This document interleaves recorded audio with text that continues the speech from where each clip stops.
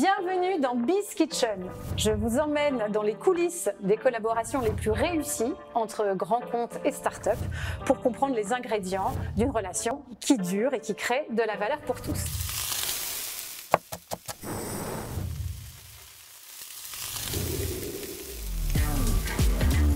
Aujourd'hui, j'ai le plaisir d'accueillir Hélène de Flunch et Nicolas de Critizer. Bonjour. Bonjour à tous les deux. Nicolas, en 2 mots, Critizer. Critizer, c'est une plateforme d'interaction client dédiée aux retailers. Donc retailer, on inclut les restaurants, on va en parler, les magasins en tout genre, jusqu'aux agences bancaires.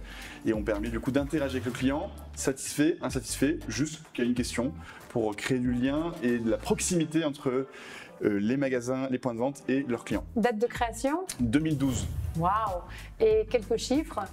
On est 90 collaborateurs, 3 bureaux dans le monde, et on a 120 clients, on opère dans 30 pays dans le monde, 60 000 utilisateurs quotidiens dans nos magasins pour répondre et interagir avec leurs clients. Waouh! Et alors Flunch en quelques chiffres? Flunch, ce sont 5000 collaborateurs qui accueillent annuellement 55 millions de convives autour d'un repas équilibré, varié.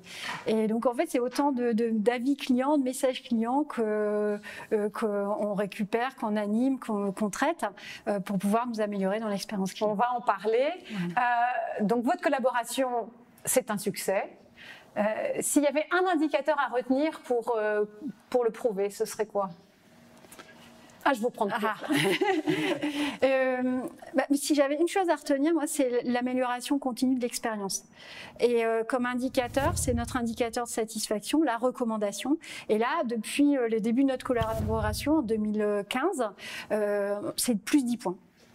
Donc 10 points, donc c'est 2-3 points par an d'amélioration de cet indicateur qui se construit à la fois avec des promoteurs et des détracteurs. Et donc, ce qui s'est passé, c'est qu'au fil du temps, en écoutant les messages positifs, on a capitalisé, on a amélioré le nombre de clients promoteurs, et on a surtout été travailler nos irritants pour réduire nos détracteurs, ce qui a permis cette progression. Donc l'indicateur clé du succès de votre relation, c'est l'amélioration de l'expérience client, avec cet indicateur, donc ce qu'on appelle le NPS, l'indicateur de recommandation. Et en fait, cette amélioration, on la voit aussi sur tout ce qui est qualité servie, puisque par les visites mystères, on progresse aussi l'année dernière de 2 points. Les deux évoluent. Et si je peux compléter, moi j'ai un indicateur qui me marque, c'est l'engagement des collaborateurs de Flunch. 97% de taux de réponse en moins de 24 heures. Aux centaines de milliers de messages qu'ils reçoivent chaque année. Ça montre tout l'engagement qu'il y a des équipes sur le terrain. Et la progression du NPS, elle vient aussi parce que chaque jour, on interagit, on comprend et on s'améliore, on agit pour les clients. Ah oui, donc l'obsession client de Critizer est contagieuse, quoi. Exactement. Et en plus, c'est vraiment vertueux, ça donne tout son sens. Chez Flunch, on répond à tous les messages positifs comme les réclamations. Et en fait, il y a une majorité de positifs. Et les couacs, ce qu'on appelle des pépins, on en fait des pépites. Et on s'en sert pour améliorer notre expérience. Et nos directeurs, nos équipes ont ces motifs de satisfaction et d'insatisfaction pour améliorer cette expérience, l'animer auprès de leurs équipes. J'aimerais bien qu'on commence par parler de la genèse de votre relation. Ouais. Je veux tout savoir sur les débuts croustillants de Flunch et Critizer. Non, mais comment ça s'est passé chacun l'un et l'autre, racontez, vas-y. On va voir si c'est la même histoire. Voilà, c'est ça. En fait, nos premiers regards se sont croisés en 2014. C'était vraiment, pas un hasard, mais une présentation de start-up en herbe. Et donc, Nicolas et Thibaut sont venus présenter Critizer. Une plateforme d'interaction, de mesure de satisfaction, d'interaction client. Voilà, c'était très innovant à l'époque. C'était très innovant et Flunch était sur le point de basculer sa relation client au plus près du client, donc géré par les directeurs, mais c'était pas encore fait. Donc c'était un peu précurseur. Et 1 an après, porté par la direction générale, on a démarré le partenariat Critizer et ça s'est fait. Ils avaient très, fait très une vite. bonne impression à ce pitch de start-up, ce qui fait que tu t'étais souvenu d'eux en disant. Ça s'est recroisé, puisque après ils ont recroisé aussi la direction et ça s'est accéléré comme ça. D'accord. Donc depuis 2015, vous travaillez ensemble. Ouais, 2015. 2015, exactement. Et toi, tu te rappelles de ces débuts? Ah, très bien, je me rappelle très bien parce qu'on en a fait beaucoup quand même des pitchs de start-up. Hein, je me rappelle, aux j'étais innovations, là. etc. Et non, je me souviens bien du pitch dont Hélène parle et il y avait d'ailleurs aussi d'autres personnes qu'on a rencontrées par ailleurs ensuite dans le temps. Donc finalement, ça sert à quelque chose parce qu'on se dit à un moment, mais est-ce que c'est pas une perte de temps que d'aller pitcher toutes ces boîtes où on est assez effectivement précurseur, on se dit mais ils seront jamais capables de le faire, on va jamais y arriver. Mais en fait, non, il faut arriver avec une conviction de croire en ce qu'on fait. Et on plante une graine, c'est sûr. Ça a mis du coup 1 an à grossir, mais au bout du compte derrière, ça débouche sur quelque chose de génial. Ouais. À l'époque, vous travailliez, enfin Critizer travaillait déjà avec des grands comptes ou c'était le tout début? Flunch a été un des premiers grands comptes, parmi les 3 premiers. Donc et on a grandi avec Flunch. Et d'ailleurs, quand je présente l'évolution de la boîte à tous les nouveaux arrivants. Il y a beaucoup de slides autour de Flunch parce qu'il y a beaucoup de retours que Hélène nous faisait en disant « Ah, on a réussi ça maintenant, comment on pourrait faire ça ?» et qui nous nourrissait en fait énormément dans l'évolution du produit. Donc c'est... Tu te souviens à l'époque, parce qu'ils vont faire un exercice de mémoire quand même, on parle de 2014, 2015, vous parliez la même langue à l'époque où il y avait vraiment une grande différence de culture entre les startups. Qu'est-ce qui a changé depuis? Enfin, est-ce que tu te souviens comment c'était là? Il y avait une différence sur certains niveaux, mais sur la partie la conviction profonde qui était de dire, et ce que Yann disait, il faut qu'on donne la main aux restaurants pour gérer leurs clients et arrêter de faire un service client centralisé, déshumanisé. Ça, on était alignés. La conviction était... Voilà. Alors, il y a eu le chemin qui a été fait pendant 1 an, mais là, on avait les mêmes croyances. Après, dans l'exécution des choses, il y a un déséquilibre. David et Goliath, voilà, un peu Même pas. C'était vraiment... ce qui a vraiment marché, c'est la simplicité et l'interaction qu'il y a eu très vite. Parce qu'il n'y a pas de David et Goliath, en fait, il y a eu un échange de transparence, il y a eu un fit. Il y avait un besoin déjà qui était très clairement identifié chez vous et auquel Critizer répondait de façon très distinctive. C'est clairement une réponse pile poil aux besoins, juste besoin qu'on avait. Et tu te souviens comment ça s'est passé? Qui est-ce qui était impliqué, enfin même depuis, j'imagine que Flunch a travaillé avec d'autres startups, mais qu'est-ce qui est impliqué en fait dans le choix qui valide? On va travailler avec telle startup plutôt que telle autre. Et, ça s'est fait super rapidement parce qu'en fait ça a été une décision qui a été prise en one-to-one avec la direction générale. Genre une évidence. Oui, ça a été les go, on fonce, c'est une solution agile, rapide. Il n'y avait pas de risque de... C'était quand même, moi je trouvais que c'était osé d'avoir fait ça à l'époque. C'était pas, on en a vu beaucoup des boîtes de la taille de Flunch à ce moment-là.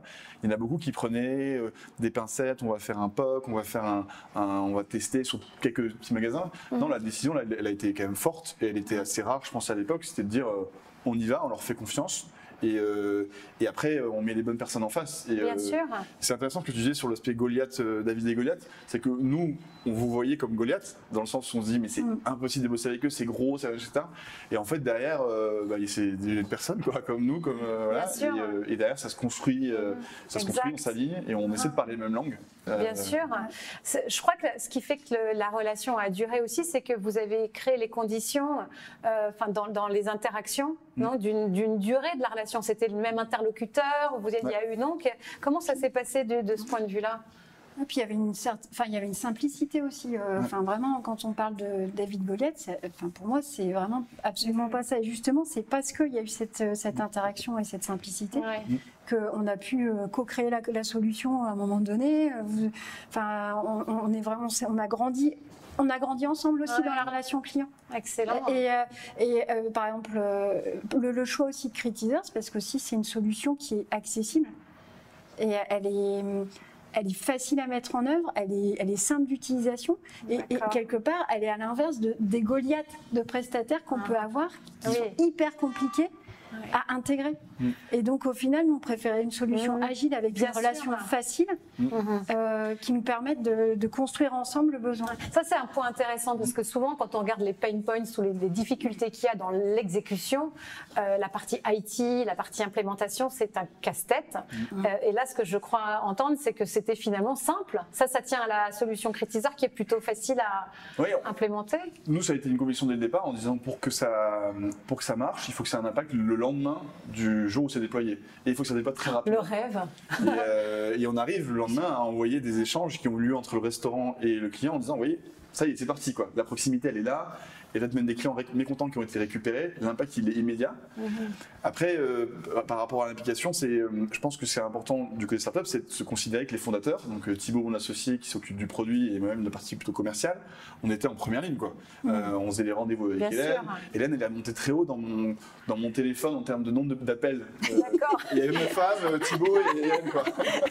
Et voilà, c'est cette proximité qui fait aussi qu'on se met à parler la même langue malgré la différence de taille. Et même quand la boîte a grossi, elle s'est organisée, on a mis des personnes en charge de Flunch, Hélène savait qu'elle pouvait m'appeler et discuter en direct et on l'a d'ailleurs eu des échanges encore régulièrement. Enfin voilà. Génial. Mais alors attends, parce que ça a l'air idéal. Donc la relation se fait, ça clique bien, la solution est simple à implémenter. Il y a quand même des moments où c'est complexe. Par exemple, est-ce que tu te souviens de la phase de contractualisation ou les délais de paiement? Parce que souvent, quand on parle des relations start-up grand groupe, on se dit il n'y a pas le même tempo, c'est pas le même rapport au temps. Il y a des moments où il y avait ce décalage ou vous l'avez résolu pareil? Oui, parce que quand sur le contrat, on était des enfants, quoi. On était des enfants, on arrive, on avait des feuilles qui ressemblent à un contrat. Donc au début, on se dit, on va jamais y arriver, ça va être compliqué. Mais après, il y avait une volonté affirmée de la direction générale qui dit, on va le faire. Donc après, tout le monde se met aussi en ordre de bataille pour le faire. On a fait les efforts qu'il fallait. Et finalement, on a contractualisé, c'était pas si dur que ça. Même si encore une fois, au début, on se dit, waouh, ça va être compliqué. Et en fait, derrière, je pense que ça tient aussi à la philosophie de Flunch, je pense que c'est une boîte très humaine. Ils vont peut-être d'ailleurs choisir ces grands comptes, parce qu'on parle de ça. Il y en a qui sont peut-être un peu moins enclins à avoir cet échange humain que d'autres. C'est un bon indicateur, ça. Et puis avec le support, comme tu disais, de la direction générale, qui est quand même clé pour être un facilitateur. C'est vraiment une culture d'entreprise. Si à un moment donné, c'est porté par le comité de direction, c'est-à-dire que ça transpire de la direction jusqu'à nos équipes. Et ça, c'est essentiel. C'est une clé de succès. C'est clair. Et on parlait de la relation et de la contractualisation. En fait, c'est un peu comme on parle de vieux couple. Mais oui, en fait, ça s'entretient. Et en fait, ça s'est fait hyper vite au départ. On a contractualisé rapidement, facilement. Enfin voilà, parce qu'on a mis en place un test sur 20 restaurants, ça s'est bien passé. Les craintes des directeurs d'exploitation, les directeurs se sont effacés très rapidement parce qu'ils se sont rendus compte que c'était facile d'utilisation, qu'il y avait plus de compliments que de réclamations, qu'ils pouvaient en faire un outil de management. Donc ça s'est vraiment très bien passé. Mais après, c'est dans la durée, il faut savoir entretenir la relation. Et par exemple, on a revu aussi le modèle de négociation parce que le modèle Flunch, c'est pas le modèle d'un hypermarché qui fait un caddie à 100 €. Voilà, nous, nos clients, ils dépensent 10 € pour prendre un repas équilibré et c'est 10 €. Et donc, on n'a pas les mêmes modèles économiques. Et donc, ça, on s'adapte. Après, il y a aussi toute l'évolution qu'on a eue avec la technologie.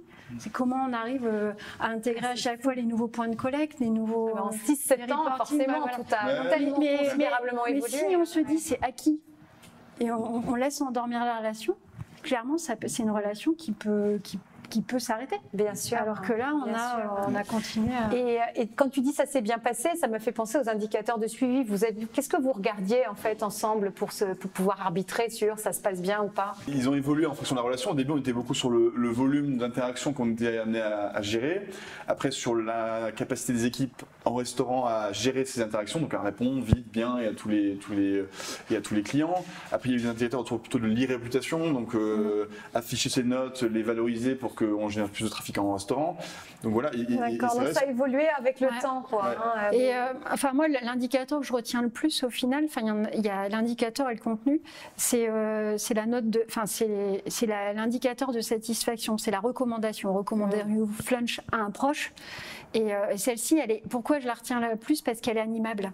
On peut l'animer auprès de nos équipes et donc elle donne du sens, et on va jusqu'au bout pour améliorer la relation et l'expérience. Et donc cet indicateur de recommandation, en fait, qui se construit avec des promoteurs, des détracteurs, on va les animer auprès des équipes et on va aussi aller chercher les motifs. Pour avoir plus de promoteurs, on va chercher motifs de satisfaction grâce au message client qu'on n'avait pas avant. Et pour limiter les détracteurs, on va aller traiter les irritants. Et tout ça, Donc, quand on parlait d'indicateurs, si j'ai un indicateur que je regarde énormément, c'est cet indicateur de recommandation, ce qu'on appelle le NPS, et qui permet d'animer nos équipes et en plus de leur donner le sens, parce qu'on leur donne les motifs du pourquoi les gens sont satisfaits ou pourquoi il faut améliorer tel et tel point. C'est motivant en fait pour, du coup, pour les équipes terrain, pour les gens qui utilisent.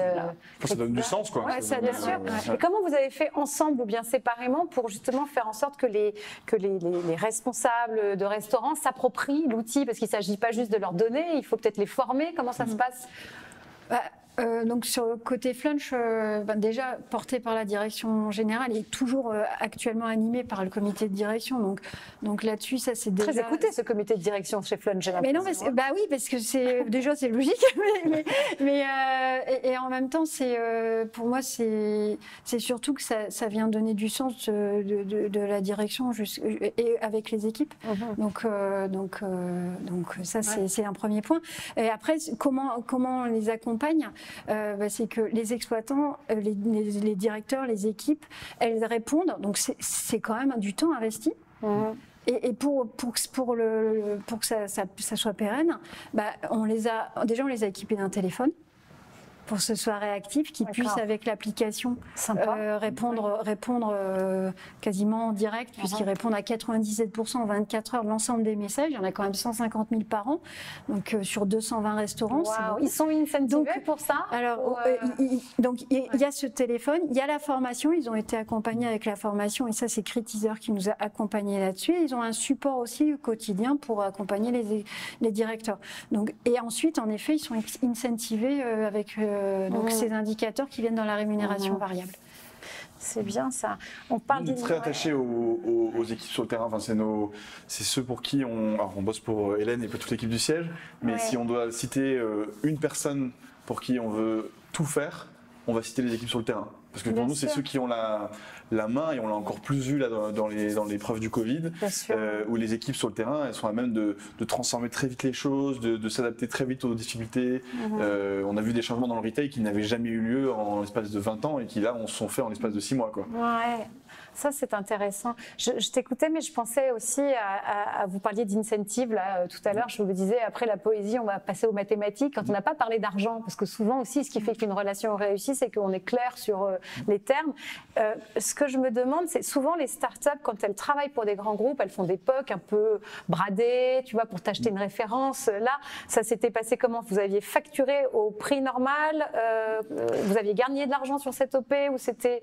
On a facturé au prix normal, mais ce qui était le plus important, c'est de se dire qu'est-ce qui fait que le POC va réussir. Et c'était clair, c'était l'adoption par les restaurants en disant ça va être du temps pour eux, ça va être une nouvelle fonction. Bien sûr. S'ils disent que c'est bien pour eux, à ce moment-là, on ira. C'était la direction générale qui nous avait donné ce cap-là.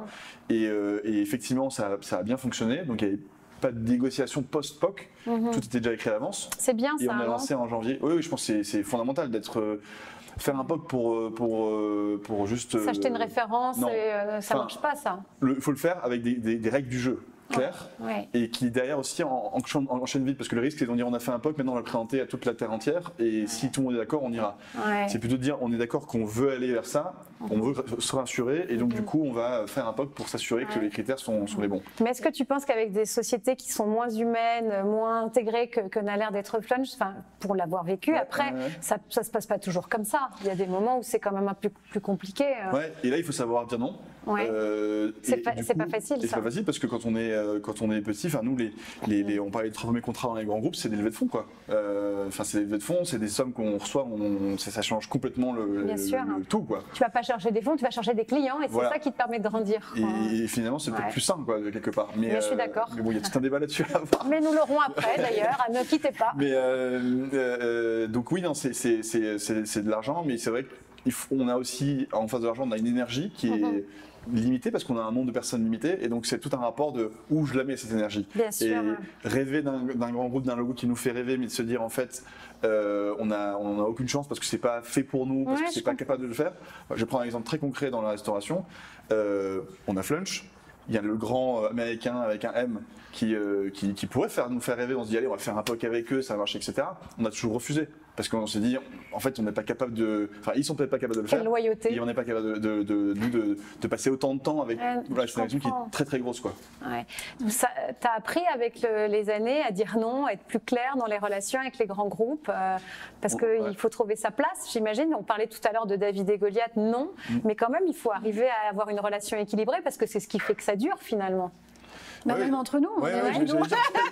Dites-nous tout. Alors, petite scène. En fait, comme on a grandi ensemble, donc Critiseur a grandi et nous dans la relation client, on a co-construit certaines fonctionnalités. Et il y a un moment, on en demande toujours plus, forcément. Ah bah oui. Et je pense que et je continuerai. Ouais, il faut. La gourmandise pour qu'il est le thème du jour. Parce qu'il y a des besoins qui nous semblent, nous, d'un point de vue opérationnel, qui nous semblent essentiels pour justement donner ce sens et continuer la relation. Et il y a des moments où on s'est buté et à des noms, quoi, parce que je pense qu'à ce moment-là, c'était peut-être trop de temps pour ce que vous appelez votre roadmap. À chaque fois, j'entendais roadmap, je dis oula, ça c'est mal barré.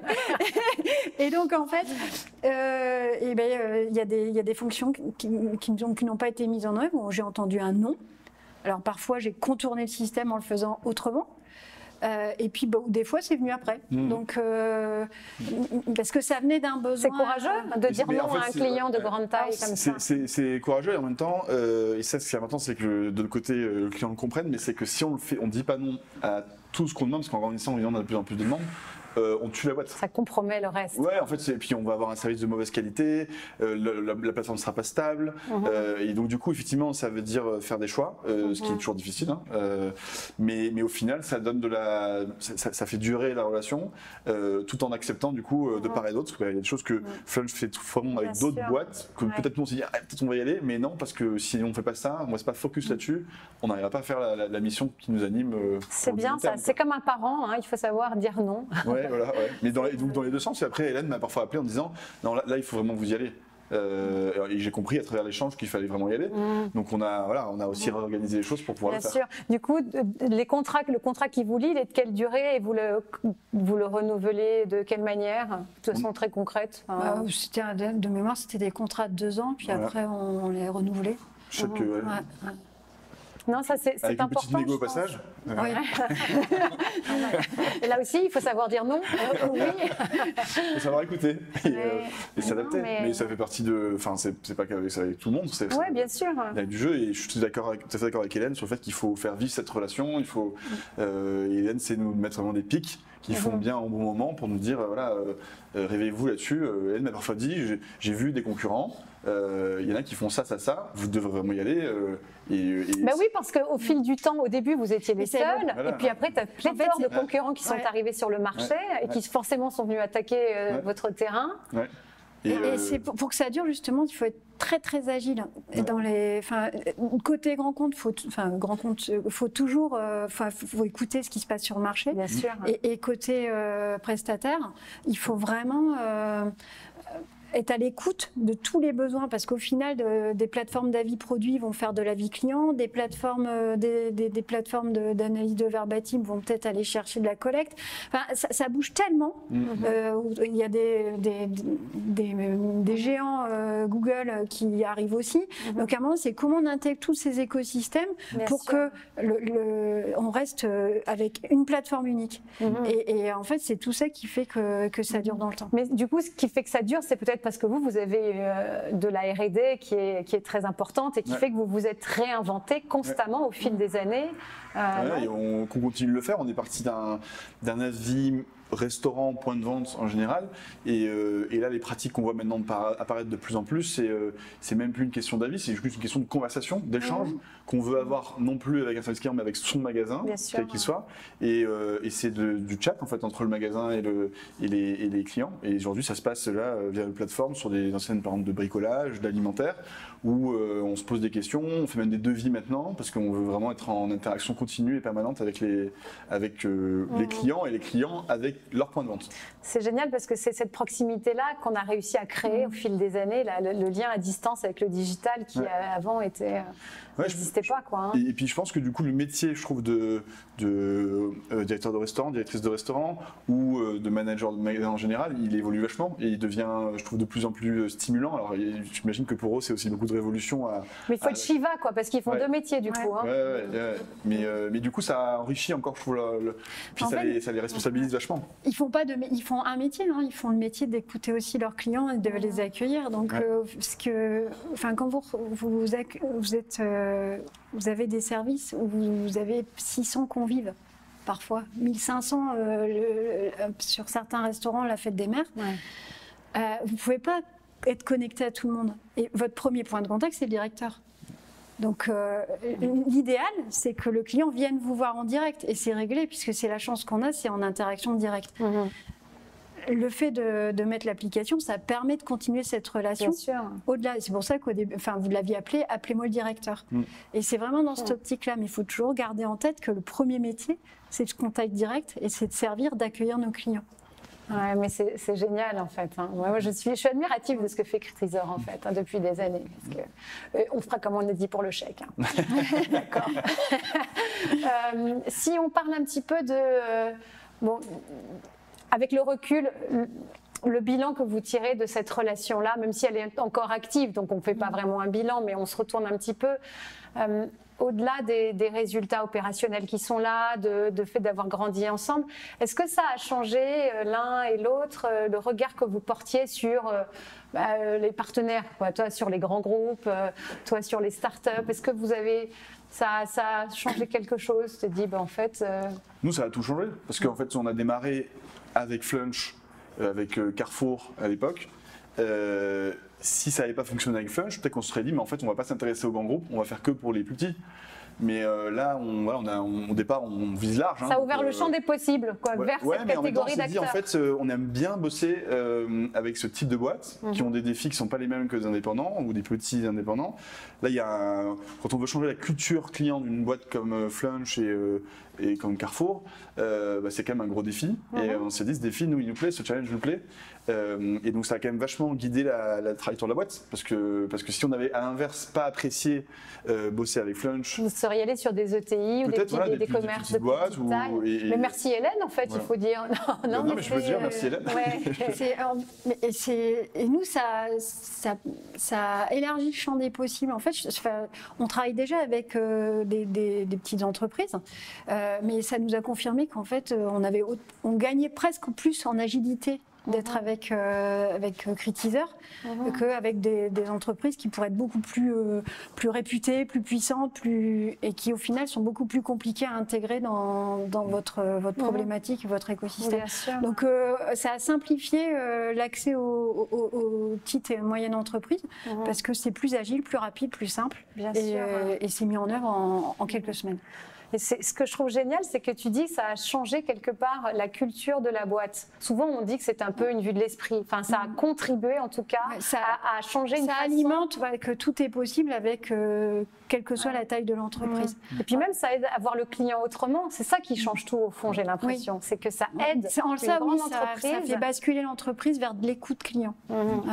On était avant 2015, on était plutôt superviseur. On faisait des visites mystères avec les clients venaient, des clients mystères venaient, cocher une grille. Donc on était dans de la supervision.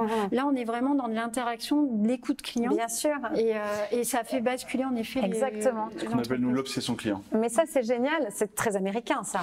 Mais tu vois, je me dis souvent, tu vois un directeur de magasin ou de restaurant, finalement, il se voit comme un gestionnaire de compte d'exploitation, mais grâce à des outils comme Critisor, finalement, il se voit aussi comme des animateurs de communauté et le client. C'est ça qui fait changer. C'est ça que on parle beaucoup d'agilité.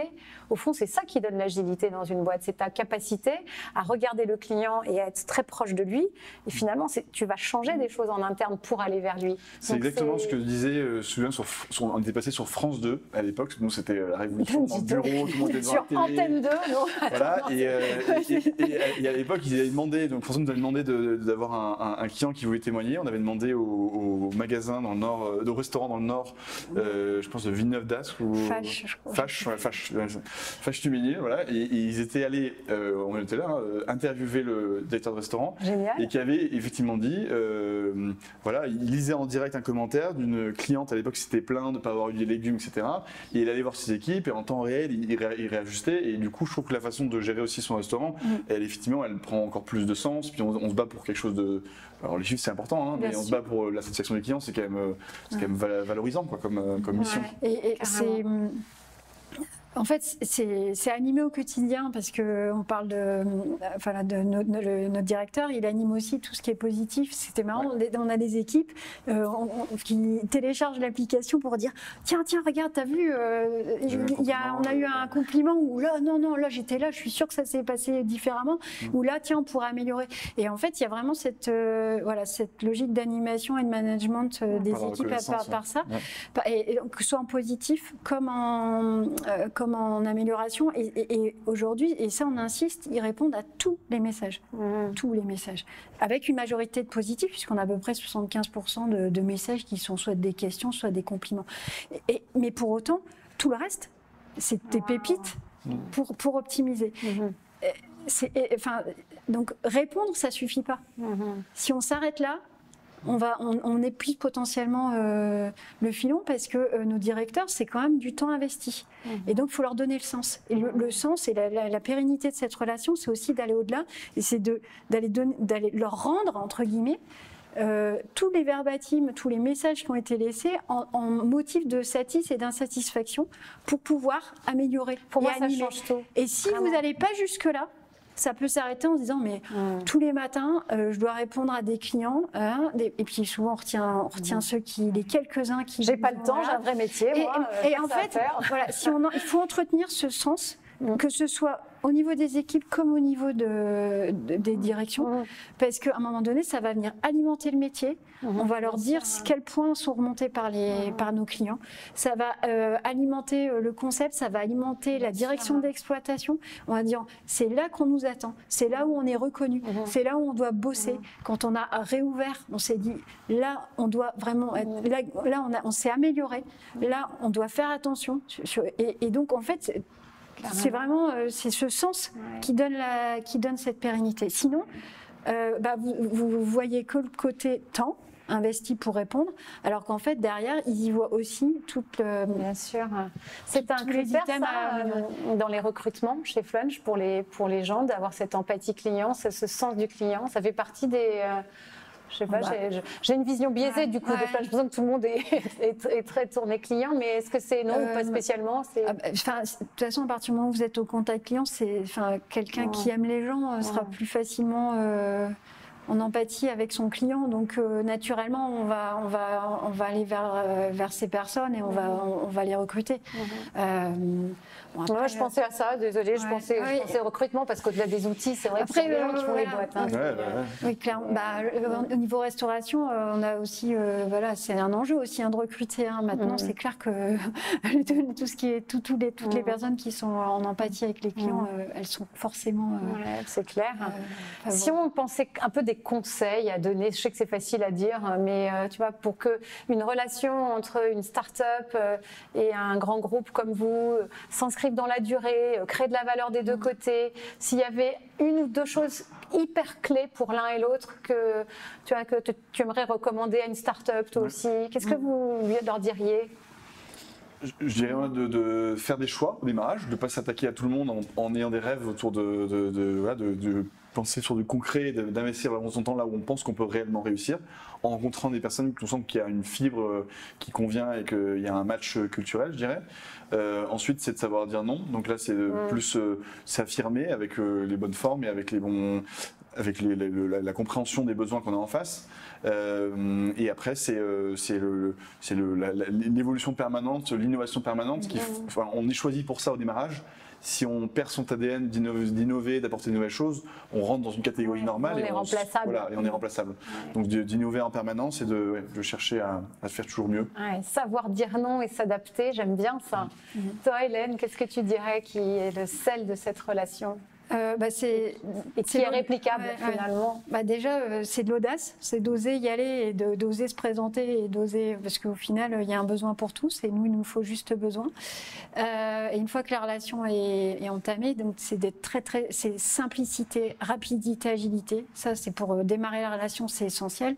Forcément, la fiabilité pour la durée, mais c'est énormément, c'est aussi clairement se réinventer chaque jour. Et pour se réinventer chaque jour, c'est écouter le client, mais alors le client, notre consommateur, mais c'est aussi le client, nous, intermédiaires, parce que si on demande quelque chose, c'est qu'il y a derrière, il y a un sens, il y a une finalité, il y a un besoin. Et donc, c'est vraiment de se réinventer en réintégrant, ce qui nous concerne, c'était des nouveaux canaux de collecte, aller au-delà pour le reporting, donner du sens pour pouvoir animer, même au niveau de leurs équipes de développement ou d'IT. Il nous arrive d'avoir des petits ajustements techniques. C'est tout de suite de voir les impacts que ça a en termes d'équipe chez nous, parce que nous, c'est pas moi. C'est 220 restaurants qui sont impactés. Et donc, en fait, à partir du moment où on se met dans cette logique complète de l'expérience et jusqu'au client final, bien sûr, on avance. Et donc, en fait, c'est ça. L'IT, chez toi, jamais n'a vu les équipes Crétiseur comme une menace, tu sais, sur le concept de not invented here, genre c'est pas bien. Donc, vous avez dépassé ça, parce que ça arrive assez souvent. Non. Non, on l'a eu ailleurs, on l'a pas eu chez Flunch. Mais ça tient à quoi du coup, le fait que cette adhésion se fasse mieux? Je pense qu'il y a une culture de boîte, du make or buy, mais il y en a beaucoup qui ont généralement par des jeux peut-être parfois politiques, qui sont difficiles à comprendre en tant que start-up où on arrive, on ne comprend pas pourquoi. C'est exotique. Voilà. mais voilà, il faut aussi essayer à s'adapter, à prendre du recul par rapport aux choses et ne pas aller justement là où peut-être ces jeux se font.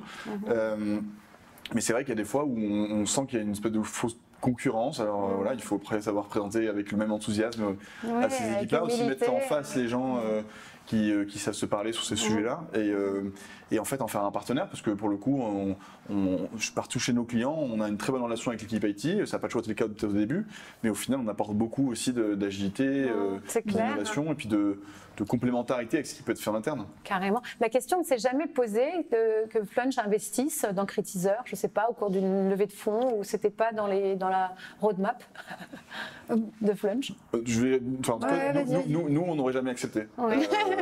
Non, mais c'est pour une raison simple, c'est qu'on peut pas. Moi, je ne vois pas nos clients être partie prenante, alors un peu un double rôle. Juger partie, tu penses? Il y a des cas où ça fonctionne.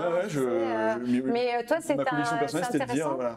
Donc chacun a son rôle que la relation commerciale peut exister sans qu'il y ait au contraire une relation d'investissement.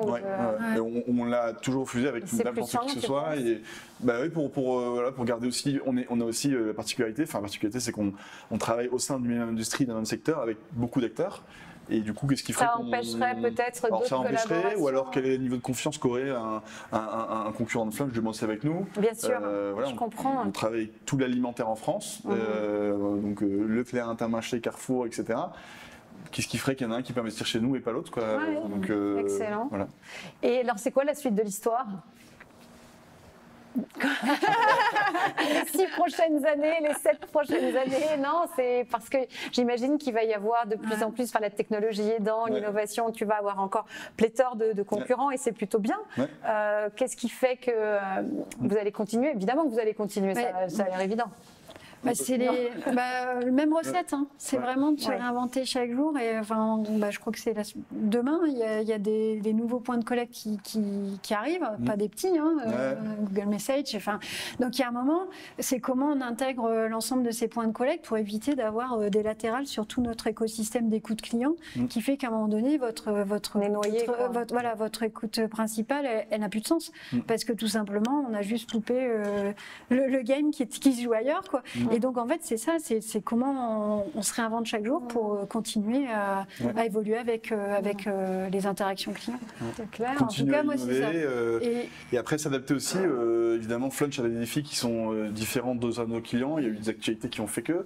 Et donc, on a envie d'aider. Là aussi, nous, c'est en interne, c'est un vrai leitmotiv, de dire, on l'a eu il y il y a un an, au moment de la réouverture de pas mal de nos clients, comment on aide nos clients à redémarrer à fond dès le début et à se reconnecter aux clients qui ne sont pas allés dans un certain magasin, certains restaurants depuis un certain temps. Bien sûr. Donc comment on aide nos clients. On a sorti c'était en mai dernier, au plus fort de la crise et des fermetures, on a sorti une plateforme qui s'appelle Vos clients vous disent merci. Pour Qui tous les consiste en quoi? Tout le magasin qui est resté ouvert malgré la crise, c'était de remercier tout le personnel qui est en magasin, qui est au front, et c'était de pouvoir avoir une plateforme juste de remerciements. Donc les clients allaient dessus, et on a reçu des millions de remerciements pour tous les petits points de vente qui restaient ouverts et qui savaient que le pays tournait. Quoi, quelle bonne idée, tu vois, la gratitude. Mais en fait, ces messages de remerciement, ils sont hyper importants pour nos équipes. Enfin, j'ai le souvenir d'une petite fille qui a écrit via sa grand-mère qui dit Monsieur Flunch, rouvrez vite, vous me manquez. Enfin, bon, c'était trop mignon, quoi. Et il n'y a pas que ça. On a vraiment hâte de vous retrouver. Tenez bon, nous sommes avec vous. Enfin, merci d'avoir répondu. PS, nous reviendrons avec la carte bleue pour passer des bons moments avec vous et savourer. Enfin, donc, en fait, on sent vraiment qu'il y a cette empathie, cette convivialité qu'il faut entretenir. Et les équipes, elles en ont besoin. Donc c'est génial. En tout cas, la convivialité, on la sent bien entre vous. On sent qu'il y a du plaisir à travailler ensemble et c'est ce qui fait aussi que ça dure. Alors j'ai essayé de synthétiser les 5 points que j'ai retenus de notre échange sur ce qui fait le succès de votre relation, parce que c'est ça qu'on essayait de regarder ensemble. Vous allez m'aider si jamais j'ai des trous. Le premier, c'est savoir dire non. Même si on est petit, si on est une petite start-up, dire non pour que la relation avec le grand groupe soit équilibrée. Le deuxième, c'est le sponsoring de la direction générale. Très important que le projet de collaboration soit porté par la DG, parce que ça permet... La culture de l'entreprise. Oui, bien sûr. La culture d'entreprise, c'est un autre point pour moi, c'est que vous partagez quand même une culture commune, au-delà d'un besoin commun que vous avez et que la start-up va pouvoir adresser. Vous avez cette empathie, vous avez cet amour du client, donc ça aide forcément pour une relation réussie. J'ai noté aussi la simplicité de l'intégration technique de Critiseur. Forcément, tout ce qui n'est pas simple, mais je ne dis pas que ça ne se fera pas, mais ce sera plus long. Et puis, grandir ensemble. La volonté de grandir ensemble et de sans cesse se remettre en cause pour que l'innovation vienne au service d'une réponse co-construite. Parfait, très bien résumé. Merci, monsieur. Merci beaucoup pour ce partage. Avec plaisir. Et longue vie à votre collaboration. À bientôt.